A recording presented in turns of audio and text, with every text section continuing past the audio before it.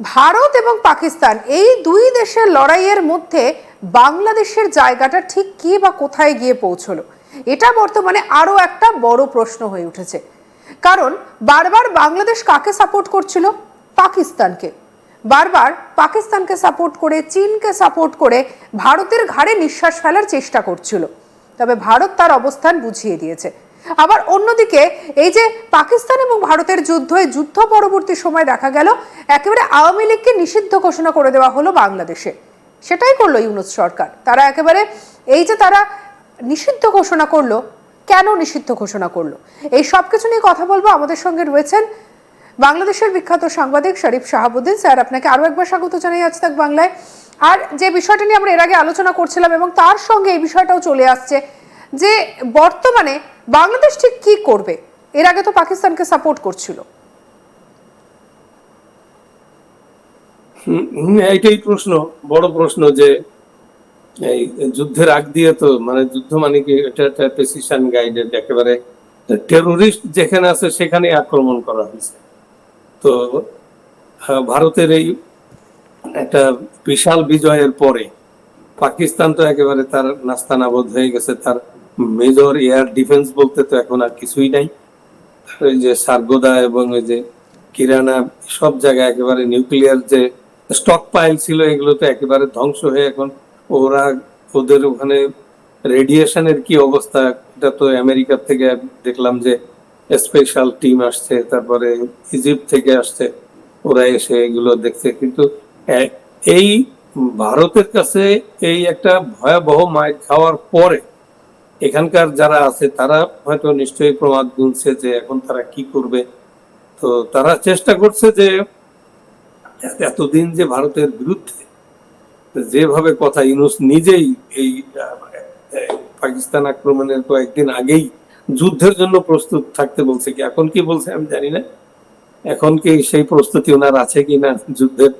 তো যাই হোক, এখনো ভারতের জন্য যে একটা, ভারত কেন মানব জাতির জন্য এরা একটা থ্রেট হয়ে দাঁড়িয়েছে। এই জঙ্গি, জেহাদি, জামাত, এরা তো এই সমাজটাকে, টোটাল বাংলাদেশ সমাজটাকে একটা একটা ধ্বংস করে দিয়েছে। বাংলাদেশের রাষ্ট্র কাঠামো একটা ভয়াবহ অবস্থায় আছে। আর ইউনূসের কাছে প্রশ্ন করলে আপনি দেখবেন অনর্গল প্রতি মিনিটে সে একটা করে মিথ্যা কথা বলে। একজন নোবেল লরেট এইভাবে মিথ্যা কথা বলে, তার এই চিত্রায়িত করে, সে মনে করে যে এই এটা মানুষ আর কেউ বুঝতেছে না, সে বলে যাচ্ছে। বয়সের কারণে কিনা, ভয় ভুলে যাচ্ছে কিনা, তা না হইলে একজন নোবেল লরেট, তারপরে একটা বড় পজিশনে সে আছে, একটা দেশের দায়িত্বে, যেভাবে অবৈধ হোক তারপরেও তাকে দায়িত্ব দেওয়া হয়েছে। কিন্তু সে এই কথাগুলো এক এক জায়গায় এক এক ধরনের কথা বলছে। চীনে কি একটা বলছে, ভারতের সাথে দেখা করার জন্য যে কি হ্যাংলাপনা আমরা দেখলাম, তারপরে কোনোভাবে একটু কেমনে কেমনে দেখা হলো। তো দেখা হয়ে মনে হচ্ছিল যে সে, তার হাতে একটা কাগজ ছিল, কাঁপতেছিল থরথরিয়ে, যে মোদিজিকে কি বলবে আর মোদিজি কিভাবে নিবে।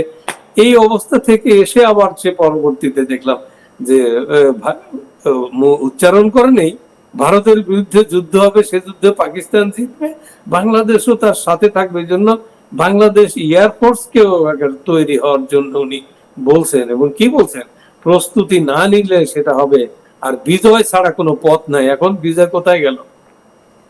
যে ইন্ডিয়ার কাছে যে প্যাদানি ভারত খায়, ইন্ডিয়ার কাছে যে প্যাদানি খাইছে পাকিস্তান, আর 50 বছরে আর কখনো উঠে দাঁড়াইতে পারবে না। কারণ তার যে এতদিনের যে নিউক্লিয়ার, যেভাবে নিউক্লিয়ার যে স্টক পাইল তৈরি করছে, সেটাও তো অবৈধভাবে। তারপরেও যে এরা যা করছে, সেই কাদের খান তো জেলখানায় থাকতে থাকতেই মারা গেল। এটার উদ্যোক্তা ভুট্টো করে গেছিল, এবং এই নিউক্লিয়ার ইয়াগুলো সে বিভিন্ন জায়গায় গোপনে সেল করছে। তার পানিশমেন্ট হিসেবে কাদের খানকে সারা জীবন জেল খাটতে হয়েছে। তো যাই হোক, পাকিস্তান একটা রাষ্ট্র, এটা সে, পাকিস্তান নিজেই এটা করে দিচ্ছে, ধ্বংস করে দিচ্ছে। এটা কোনো রাষ্ট্র না, এটা একটা জঙ্গি জিহাদিদের উৎপাদন ক্ষেত্র, একটা ফ্যাক্টরি, ব্রিডিং গ্রাউন্ড। আপনি যাই বলেন, জঙ্গি জিহাদি ছাড়া পাকিস্তান ভালো কোনো জিনিস এ পর্যন্ত তৈরি করে নাই। যাই হোক, সেই পাকিস্তানের এই পরাজয়ের পরে এতবার মুখ দিয়ে আমাদের এখানে ইয়াগুলো, আপনি টেলিভিশন গুলো দেখলে আপনি বুঝবেন যে এরা অনর্থক যে নিউজগুলো করে, তারপরে আবার যখন দেখে বলে যে ইয়ার পাকিস্তানের এই সারগোদা, তারপরে কিরানা হিল যে যে ধ্বংস, এই ধ্বংসের কথা উল্লেখ করে না। কিন্তু আসলে তো তাদের কাছে খবর আছে, বুঝতে পারছে যে পাকিস্তানের কোমর ভেঙে গেছে। তা অপরদিকে সে ইয়াদের তালেবানদের সাথে, আফগানিস্তানের সাথে তার সমস্যা। তো স্বাধীনতা ডিক্লেয়ার করেই দিল আপনার বালুচিস্তান অলরেডি তারা গরুর বানের থেকে দুধ বেরিয়ে গেলে যেমন ওটাকে আর ফিরেই নেওয়া সম্ভব না, ঠিক অনুরূপ ভাবে বালুচিস্তান তাদের হাত ছাড়া হয়ে গেছে। তো তাদের ওই থাকলো তো শুধু একটু করাচি বন্দর, তাছাড়া তো এইদিকে চায়নাও বিপদে পড়ে গেছে যে তারা ওই বালুচিস্তানের ওই গদার বন্দর দিয়ে বা বন্দর তৈরি করে ওখান দিয়ে একটা ওয়েস্ট দিকে যাওয়ার জন্য একটা ট্রেড কমার্স ডেভেলপ করার জন্য ব্যবস্থা করছিল, কিন্তু সেটাও চলে যাচ্ছে। তো বালুচ সবসময় তারা একটা স্বাধীনতা প্রিয় এবং তাদের কাছে যে সম্পদ আছে সেই সম্পদের মালিক তারা না, এটা পাকিস্তান এবং কিছুটা পায় আর চায়না নিয়ে যাচ্ছে। কিন্তু কিন্তু এই সবকিছুর মধ্যে স্যার বাংলাদেশের জায়গাটা ঠিক কোথায়? বাংলাদেশ কি তাহলে ভয় পেয়ে পিছিয়ে গেল? কারণ বর্তমানে ইউনুসকে আমরা সেভাবে কিন্তু আমরা কোনো কথা বলতে শুনছি না। আমি বলি, বাংলাদেশের জায়গা যার জায়গা যেখানে সেখানেই। সে বাংলাদেশ কি? এটা তালেবানি রাষ্ট্র। বাংলাদেশ কি? এটা জঙ্গি জিহাদি। এদের জায়গা কোথায় হবে? এদের জায়গা হবে গুহার ভিতরে, তোরাবোরা পাহাড়ের নিচে হবে, অথবা গাজায় যেমন 20 ফিট নিচে প্রেসিশন গাইডেড মিসাইল দিয়ে ওদেরকে সবাইকে নির্মূল করা হয়েছে। তো এটা তাই হবে। এটা তো আপনার জঙ্গি জিহাদিদের তো পৃথিবীতে কোথাও জায়গা নেই। জঙ্গি জিহাদিদের, ওরা যে জঙ্গি জিহাদি, ওরা যে ভারত আক্রমণের জন্য কত হাজারবার বলছে, কত রেকর্ড তোরা নিজেরা এখন অস্বীকার করলেও কোনো লাভ নেই।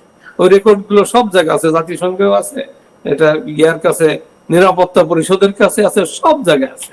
তো এখন শুধু তাদের এই নির্মূল হওয়ার অপেক্ষা। এই জঙ্গি জিহাদি, এই মবক্রেসি, এই মধ্যযুগীয় বর্বর, এরা পৃথিবীতে টিকে থাকার জন্য না, ডাইনোসরের মতো এরা পৃথিবীতে টিকবে না, টিকতে পারে না। পৃথিবীর সিভিলাইজড ওয়ার্ল্ড এদেরকে নিতেই পারে না। তো বর্তমানে বাংলাদেশ যেখানে দাঁড়িয়ে রয়েছে, এবং বাংলাদেশ তো তলায় তলায় গিয়ে চীনকে সাপোর্ট করছিল, এবং বলা চলে তলায় তলায়ও পুরোপুরি নয়, কারণ যেভাবে তারা চীনে যাতায়াত শুরু করেছিল, যেভাবে চীনের সঙ্গে গিয়ে সেভেন সিস্টার্স নিয়ে কথা বলছিল, ভারতের ঘাড়ে নিঃশ্বাস ফেলতে শুরু করছিল, তাতে বাংলাদেশ বর্তমানে তো একেবারে পালাই মতো অবস্থা হয়ে গেল। কারণ ভারত যদি এবারে প্রত্যাঘাত করে, পাকিস্তানের অবস্থা কি? বাংলাদেশের অবস্থা তো আরো ভয়ঙ্কর হয়ে যাবে।